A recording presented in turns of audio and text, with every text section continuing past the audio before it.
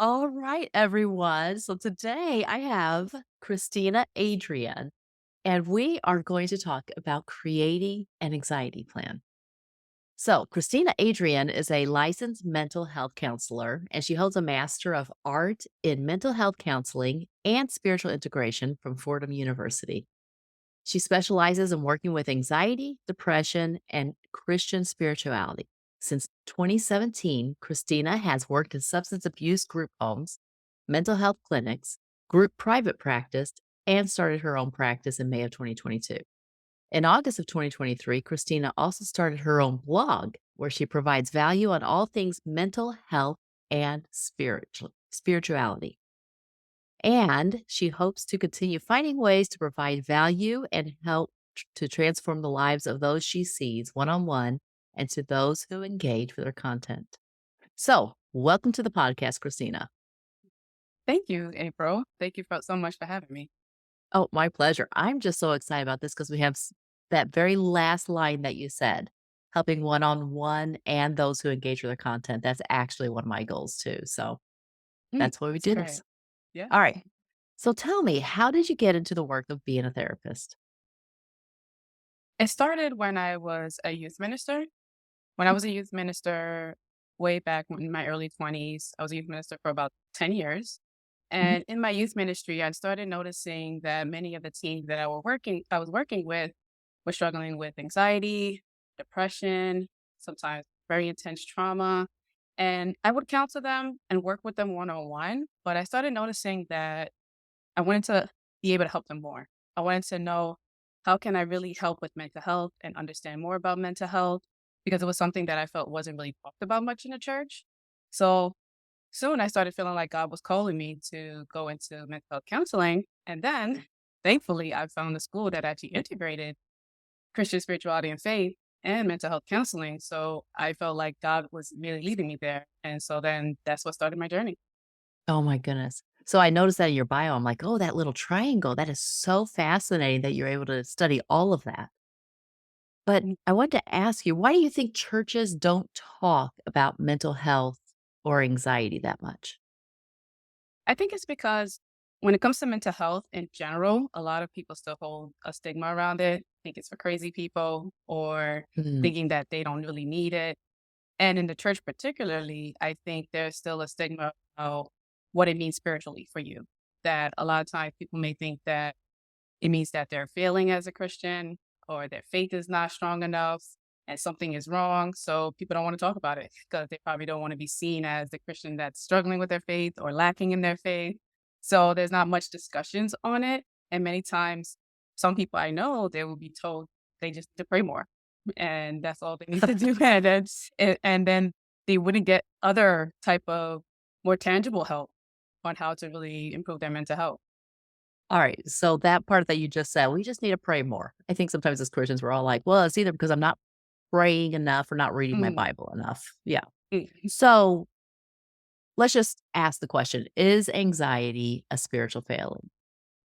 I would say definitely not. It can impact your spiritual life, but I wouldn't say it's a Mm, spiritual failing. Many people who I speak to are praying and they are reading their Bibles. And then that's what causes frustration because they're like, well, I was told to do these things more and it would change. And then when things are still a struggle, they're wondering what's going on, what's wrong with me. But the truth is, many times it's just things going on in your life that maybe you need to pay attention to. And it doesn't necessarily mean that something is failing in your spiritual life. Maybe there's another area that you really need to look into so that the anxiety can really start to minimize and really be addressed. oh, that's so good. So, how prevalent do you think anxiety is? I would say very much so prevalent. It is one of the most common mental health illnesses. And I believe statistics say that about 30% of adults will experience some type of anxiety disorder at some point in their life. And that's just speaking of anxiety disorder. Sometimes some people might experience anxiety, maybe not to that degree. Many people experience anxiety and never get the help they need. So I wouldn't be surprised if that number is actually much higher than what statistics can really show. And it, like I said, it is one of the most common mental health illnesses because anxiety is dealing with a lot of worries and fears that I think naturally every human being will go. Yes. Yes, that right there. I think that's true. I think I told you before, like that is probably the most significant difference between me and my husband is Mm. I don't think he knows what anxiety is. And I'm just like, how can you be a human being and not? So that's why I'm of the opinion that, yeah, I bet I bet there's a lot out there because it seems like almost everybody else I talk to, they will admit to either situational anxiety or generalized anxiety about something or dealing with anxiety in some form. So, what is causing the anxiety? I would say there are a few factors that causes people to have anxiety. One is their family upbringing and DNA. Most of the time, if you have a family with anxiety, you're probably going to pick it up as well. And sometimes you pick it up behaviorally. So if you grow up in a home where people were showing their anxiety, very worried, talking about their worry, or sometimes when an individual grow up with a very strict parent who's very worried about their safety and have a tight grip, many times you Mm. will pick up that same type of anxiety that your parents had.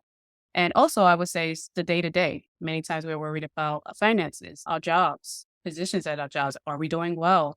Our children, and our family. The day to day can also bring up some anxiety as well. And lastly, I would also say social media. Social media and the rise of social media has also caused many anxiety because people are comparing themselves to others a lot more, feel like they need to perform in a way. And because we're comparing ourselves to people's, like they say, highlights, we start to question our own lives and then it gives us anxiety as if we're not doing enough. So there's many factors I think goes into anxiety, but those are some of the most common ones. Our family upbringing, sometimes it can be genetics, social media, the things around us, and of course, all of the above. Oh, that's so good. Yeah, I would definitely say that social media doesn't help anxiety, you know? So, I mean, it's like you scroll through it, because you're bored. So you pick up your phone and you're scrolling through things, but then you're just struck by so many randomness. Like for me, I found it very, very helpful to delete news apps off my phones. I am like, I do Mm. not need notifications about every little thing that's happening halfway across the world. And That's true. That's really true. That's another thing that causes a lot of anxiety. oh yeah, yeah.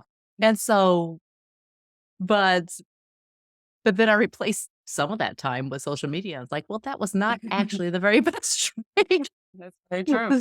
Yeah, so now for me, I'm trying to be way more intentional about getting out, like going walking, listening to a podcast on a good topic, reading a book, but not not replacing news with more social So media. yes, that's that's true. Because the internet has given us so much more information that I think the human brain can really hold. Oh, People yes. many years before didn't have that. They just knew what was going on locally. Yes, yes, and that was enough. Now it feels Yeah. I mean, like, literally, that was enough to worry about. And then we're like, "Oh, look, we can choose which part of the country we wanna worry about today." Okay, so tell me, when you're working with people, who do you work with the most? I mostly work with adults, Okay. anyone 18 and older, but I would say Mhm. I work with predominantly a lot of young adults and mostly Mm. predominantly women. Yeah. So the title of this episode is Create an Anxiety Plan. So let's talk about this anxiety plan. First of all, how can an anxiety plan help someone who's struggling with anxiety? I would say it can help someone because majority of the time where we're in a fearful situation or a stressful situation, we will go back to our habits. So if our habit is to avoid, then that's what we're most likely going to do. So in order to not avoid or to not deal with the situation the way you have been that hasn't working for you, it's best to create a plan. So to create a plan on exactly how are you going to challenge this behavior? How are you going to challenge the thoughts that's feeding the behavior? Because most of the time we have anxious thoughts as well. That's causing us to avoid. So creating a plan can really help us to be intentional about how are we going to really change and challenge these anxious thoughts, challenge these behaviors. Like we see many times in other areas of our life. If you're not used to going to the gym, a lot of times you're not going to get up and just go to the gym randomly one day. You would have to plan it out, like figure out which gym you're actually going to go to, how far it is, how you're going to get there, clothes, do you have clothes to wear, getting your clothes prepared. And because you have that all planned out, you're more likely to do it. And with the anxiety plan, it's the same thing. try to create a plan of, okay, what do I need to change about the way I think? And how do I need to start thinking differently in a more healthy way? And what are the behaviors that I want to start to implement and talking myself through it? Because many times we're still going to feel a bit anxious, but as we talk ourselves through it, many times we can get ourselves to do those things that we're fearful about. That is so good. Like thinking about, I don't want to use the word attacking anxiety because that sounds very anxious sounding, but improving maybe your Mm, anxiety with a plan, just like you'd improve your physical health with a gym plan, yeah. improving with the plan aspect. I just love that concept because it just feels like it's so much more concrete than just something like, Mm, "I just need to, like, not be so anxious." That's just so mm, vague, and you don't know how to, like, work at that, but with a plan, it's like, "Oh." mhm. So, how do we create an anxiety plan? Well, I would say we can create one with a journal. Mm. Journaling is something that I often encourage my clients to do. And in fact, I do have a free thought journal that I offer to anyone who's interested in it to download. In the thought journal, what I do is I help guide you to process your thoughts. So what are those negative thoughts that's leading to my anxiety or increasing my anxiety? Process the emotion as well. But sometimes there could be other emotions that's involved and being able to put a name to it and really understand it can also give us more information. And then writing down the behaviors. Behaviors this leading to? And then at the end of the journal, working towards what are the new behaviors that I want to implement and how do I need to think in order to implement this new behavior? And then I encourage the client at the end to repeat it because repetition is very important when it comes to teaching ourselves new ways of thinking and new ways of doing things. Oh, that's so good. So, yeah, that sounds amazing. You said that's free? You have a free thought A free journal? thought journal. Yes. Okay. All right. I'll make sure I get the link for you guys for that. So that'll be in the show notes. That's amazing. All right. Okay. So, how tell us about somebody you've helped. Like, do you have a success story about somebody you've helped deal with their anxiety? Yes, I would say I've had many success stories of helping people with social anxiety, other types of phobias or generalized anxiety. Even me myself, I was someone who grew up with social anxiety. And over the years, I started learning how to challenge that anxiety and to place it with healthier thoughts. And when I was growing up, and this was before I even ever went to therapy, when I Oh, started wow. learning more about psychology and learning more about therapy, I realized that my Christian faith, because this was really something that led me my Christian faith was what led me to many of the things that I started to do. And then when I started learning more about psychology, I started realizing, oh, this is a lot of things I learned from the Bible. And that's one of the reasons why I often tell people that psychology is just catching up with God because a lot of times what I started learning, we read it in the Bible, such as in Romans chapter 12, verse 1 to 2, saying, be transformed by the renewing of your mind. And there's a lot of forms of psychology that teaches us that changing the way we think is very crucial to changing who we are or changing our behaviors and the things that's harming us. And so as I was growing up and I was reading that, that really stood out to me. That really stood out to me. The Bible telling us that we have to change the way we think. And reading in 1 Timothy chapter 2, reading that the Lord does not give us the spirit of fear, but a love, power, and a sound mind. I'm like, okay, so God wants to help us without fear. And he's not expecting us to get rid of it. Because if he was, then he wouldn't tell us often to take courage. So he knows that we are going to be fearful sometimes. And he's telling us to have courage. So there was a lot of places in the Bible I started to really focus on and see, okay, how can I apply this to my life? And one of the other ones that stood out to me was, I believe it's in Philippians chapter 3, where it talks about pressing towards the mark of the Mm. upward call of God in Christ. And that kind of kept me moving in a forward motion. And so, in a way, I kind of started just doing my own exposure therapy from what I was Oh reading my in the Bible, gosh. because I started noticing that God is telling me to change my thoughts, to challenge what I'm thinking, and keep moving forward. So, a lot of times when I would notice that my fear is holding me back, I would challenge myself to say, okay, how do I do it anyway? So I would challenge myself to do it anyway. And then when I got on the other side, I realized I was okay. It wasn't as Yes. bad as it seemed. And most of the time it's not. But we sometimes also forget to remind ourselves of that. And a lot of times when we do challenge ourselves and challenge ourselves to do the things that we're fearful of, it's important to affirm ourselves in that way. Kind of give ourselves a little pat in the back, say we did it and we got through it. And knowing that the next time we could do it again. So I started learning how to do these things for myself. And then I started noticing over time, my social anxiety became less and less. Now I can go to social events and speak up for myself a lot more than I was able to when I was a child. You said so many great, great things. And I realized my mom did that for me, like when I was a kid. I remember as a teenager wanting to grab onto her skirt and hide behind her Mm. skirt. Just having that mental picture in my head of like, I don't want to do this. And she's like, April, I need you to go into Walmart and return this thing to the customer service. And she just didn't me off the hook, but she wasn't mean about it either. She was just like, this is something you'll need to do. And so I just screwed up my courage and did it and lived through it and came back. And that was the realization that, oh, once you do the thing, that you can do the thing. Like, Yeah. that I lived through this. It wasn't comfortable. And Mm. so, yeah, her doing that, challenging me made those are the things that I look back on every time, even now. It's like, once I do this thing, I'll know that I can do this thing. And I still to this day, hate doing new things. Hate it. Mm. One, but I've got this really, really strong belief that on the other side, if there's something that I want, then it'll be worth the effort.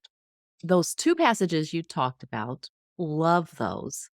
Mm. And I wanted to also say another one that I love is perfect love casts out fear. Wow. And so when you're talking about the thoughts and then creating the feelings of fear, and Mhm. sometimes to step out of it, it's like I use that verse to ask myself, what is it about this that I love so much that I'm willing to do it scared? Mm. And then that kind of gets me to that courage step that you talked about on the pressing on, and then, yeah, seeing the result on the other side. That's Yeah. very true. I very much so agree with that. I think that when it comes to love, it's very important with casting out the fear because even when we just have that love for ourselves and what it is, like you said, that we want to do and knowing that it's better for us, or sometimes even knowing that it's better for another person. Sometimes we're very fearful of doing something, but it can actually be a very loving kind thing for them. So it's like, how do we build the courage for that also? So I do Yes. feel like love many times, when that's the focus, it can really make us do the things that we're fearful of. Yes. Yes. I've never felt so courageous as when I had little kids and I was doing things for their sake. So those were the times when I was really like, "Oh, I'm willing to do this for their sake." Mm. Because sometimes for my Yeah. sake, I'm like, "Eh, it's not that important to me." Okay. Let's just talk a little bit honestly for a second of what are the downsides of not dealing with anxiety? I think some of the downsides could be a lack of peace, a lack of joy, stress. Many times, too, it can keep us from pursuing our dreams and goals and really finding and enjoying our purpose in life. And it can really keep us from enjoying many different things. So I think there are a lot of downsides to anxiety and where we do not really work on minimizing it and dealing with it. Yeah. Yeah, I know for me, like, if I gave in to the anxiety and did not work with it and work through it, my life would be really, really well, we wouldn't have this podcast, so there wouldn't be this Yes. podcast. I wouldn't have most of my friends. Mm. Yeah. I would have most of the great things that I have in my life. I just love how your message is so much this is not a spiritual failing. There might be really valid reasons why your anxiety started. And I can look back in my own life and see whether it's nature or nurture or just the pace of life today or what it is. It just is what it is. Like, Hmm. it doesn't have to stay this strong. Like, Yeah. it just it just doesn't it doesn't have to be the thing that stops you. Yeah. Yeah. It might slow me down a little bit if I'm comparing myself to somebody else, but comparing myself to somebody else is a great way to increase anxiety too, I hear. Mm. Yeah, that's true. Okay. So, do you help people create anxiety plans? Yes, I do. Many Okay. times in my practice, when I'm doing my one-on-one work, I would do a plan with my client. Usually it starts with what they call an anxiety hierarchy. So really understanding what are the different fears we have. And then we choose like Hmm. one to start with. and start mapping out a plan of exactly what steps you can start to take. Where do you get stuck? And then start analyzing, okay, what are you thinking at that moment where you start to really get stuck and get hindered? And then we start working on together, okay, what are some other messages that you can send to yourself and say to yourself repetitively to create a new one of the Yeah. things that psychology speaks about is neuroplasticity, and that we have the power to change the neurons in our brain, which holds these messages. So we don't have to keep those thoughts. And a lot of times we feel like it's been with us for so long, like that it's a part of us, but we can change them if we want to. And God has given us the ability to do that. So we try to work on, okay, what do we want to replace? And then I guide them through the behaviors, seeing, okay, what behaviors do you want to, because you don't want to do a behavior that's going to bring on a level 10 anxiety to start Oh, yeah. because that would just work against you. So you definitely want to start with something that's challenging, but not too challenging where you run away, but also not too easy where it's like, okay, that wasn't really a challenge at all, because then you're not really learning anything. So really trying to find that sweet spot, and then I help walk them through and then encourage them to do it at least 4 times in a week. So if Mm. when it comes to anxiety, it's very important, and many things when it comes to changing our thoughts, it's important to have that repetition. It said statistics say that it takes about 21 days to change a habit. So usually I would encourage clients to at least give it that before Mm. any judgments, because sometimes we judge ourselves so harshly and expect there to be some ups and downs, some days that's better than others. But giving yourself that time and that repetition to really start to see the change, and giving yourself that grace as well. Because sometimes we need to give ourselves grace when we're working towards these things.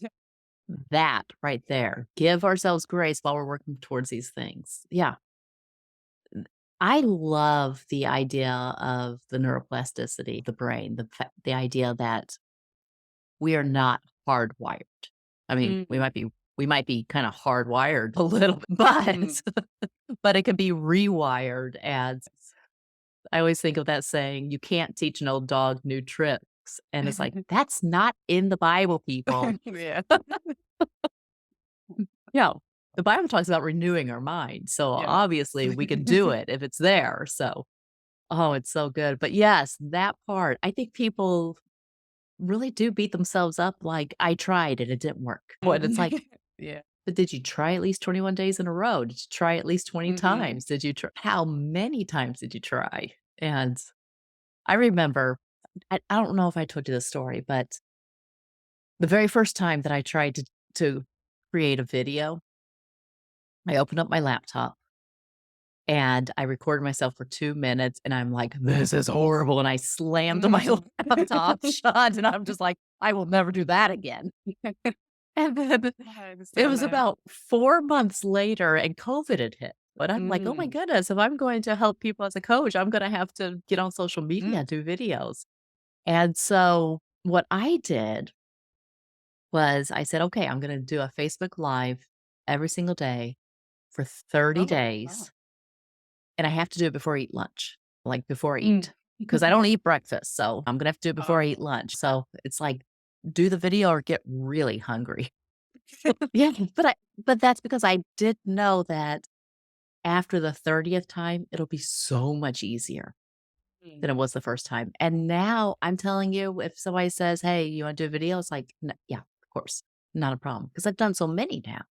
Now I'm just like, "Oh, just another day in the office." If you struggle with anxiety, get yourself an anxiety plan. Yes. Definitely. That could Yeah. definitely be helpful for anxiety. All right. So, where can they find more about you? You can check me out on Instagram. I do have some content on there at Adrien Therapy. That's Adrien therapy. And I also have a website, adrientherapy.com, where you can download the free thought journal and also check out other content that I have, and even book a session with me if you like. Oh, perfect. All right. Well, listen, everyone, we'll put those links in the show notes. So if you're listening to it on Spotify or Apple iTunes, it'll be in the notes. And so that you can find those links. Christina, this has been I think so helpful for the audience to think about anxiety as not something that's a permanent state Mm. but something that we can make a plan around to improve and to make our life better on the other side. So, any final thoughts? Yes. The only other thing that I would want to add is that you said that was very important especially when you was telling the story about your mom and how she Mm. encouraged you to do things that were fearful for you. And you said that you were terrified, but you did it and got on the other side. And I think that's another important thing to note is that you're going to have to just do it scared. Because most of the time we're waiting also and expecting sometimes even the therapy to make the anxiety go down first before we can do these things. But many times you just have to learn how to do it scared. And then as you experience, the more you do it, that's when you'll start to realize it's not as fearful and then you're more comfortable in it afterwards. Yeah, and I do know this, having somebody by your side while you're doing it scared helps. So Mhm. like having a therapist, like, or in my case, my mom saying, "Hey, you can do this," the Yes. encouraging voice of having somebody walk with you through the scary when you're trying to push yourself into a thing that feels a little bit scary. And Mhm. I highly recommend it, people. All right. This has been great. Thank you so much. You're welcome. So, Thank you for having me. all right. Bye bye, y'all.